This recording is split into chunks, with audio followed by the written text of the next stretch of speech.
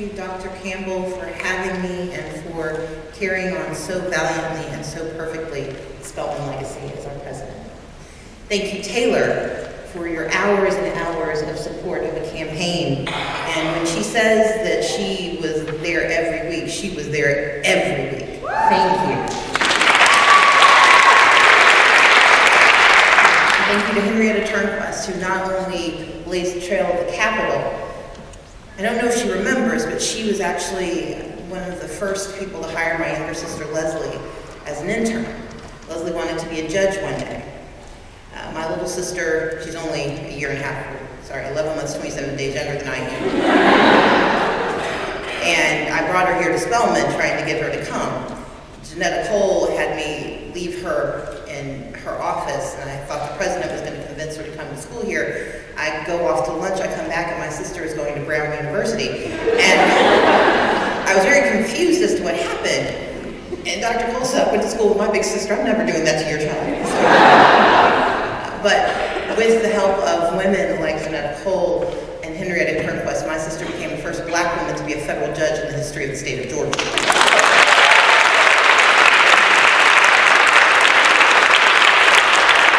I am honored to receive this award because when I think of Dr. King and the legacy of service, my favorite speech is not the speech that most quote. My favorite speech is a speech about marching on ballot boxes. Because he understood that the legacy of civil rights could not simply be pieces of paper that said, here's what you're entitled to. The responsibility of making those things true required that we demand leaders who would do our will. And as Dr. Campbell said, and I mean this sincerely, we won. I may not occupy the governor's office, but we have made our imprint, and it will grow stronger every single day.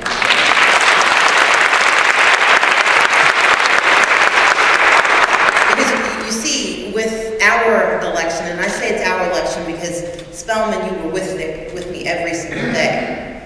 With our election, we changed the narrative of what it meant to be a leader in America.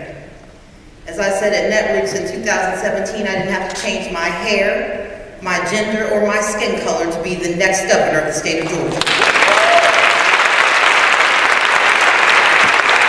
And 1.9 million people agreed. But we also know that despite the hard work that we did, there are those who were just as determined to make certain it did not become so. And that's why I want to point out that we are winners, because part of the cost of trying hard is that you might win a moral victory but not get the prize yet. But what they hope is that when you don't get the prize that they dangle in front of you, that you become despondent and discouraged and you will turn around and go away. But in the election of November 6, 2018, we transformed the state of Georgia. 1.9 million, 1,900,000, 23,685 roughly,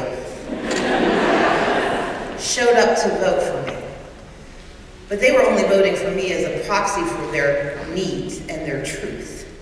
Because in that election, we tripled the number of Latinos who believe their voices should be heard in the state of Georgia. We tripled the number of Asian Pacific Islanders who cast ballots in our elections. And for those who say young people don't vote, we increased youth participation in Georgia by 139%.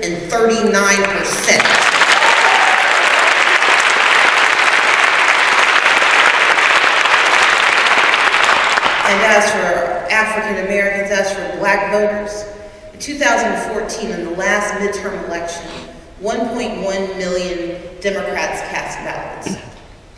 In 2018, 1.2 million African Americans voted for me to be the next governor of Georgia.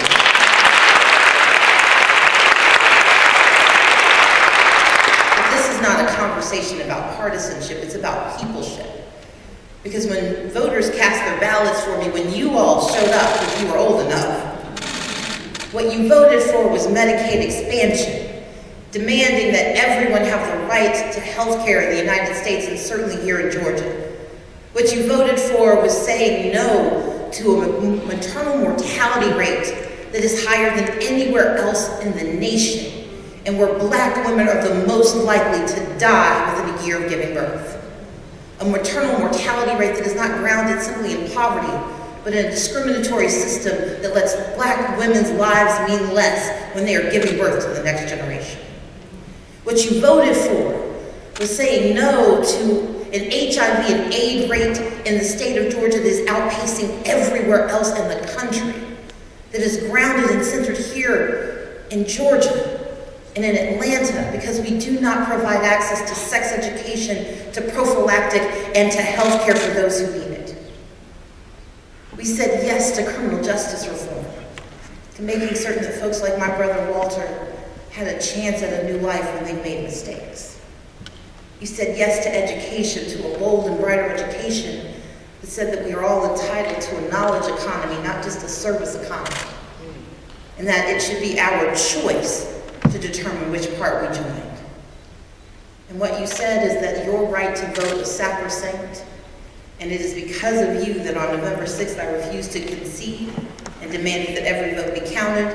And 10 days later, after we forced thousands of new votes to be added to the rolls, and we knew that thousands more had been denied, it is because of you that I refuse to concede, and I will never say it's okay to steal our voices.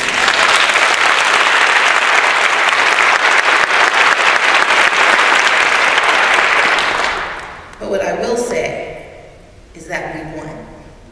We won change, we won opportunity, and we have leaders who now have to look over their shoulders every day because we're coming. And I know that you don't have to hold elected office to transform the conversation.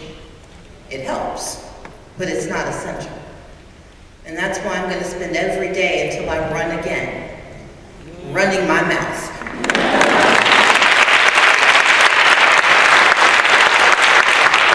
I'm going to talk about having a fair fight in our electoral system, because if our votes are not counted, then we do not count. And so Fair Fight's actually going to be on this campus as a C4, so there's nothing partisan about it. Because the challenge with voter suppression is it may target certain communities, but it gets all of us in the end. And so we're going to be here February 4th signing folks up to hear your stories about your access to the right to vote. And we're going to be around the state of Georgia talking about the issues that matter, getting folks to sign up for the Affordable Care Act, making certain that criminal justice reform isn't reversed under a new administration, demanding that whatever was promised is delivered to our teachers and our students, protecting those students who want to be safe but do not want to become victims of a security system in their schools that tell them they are less than. And these are all conversations that you can be a part of, because elections are moments in time, but we're on a mission. And our mission is not through until we open those gates wide. The same way Spelman opened its gates, I intend to open the gates of Georgia so we can all belong. Thank you for having me here. Thank you.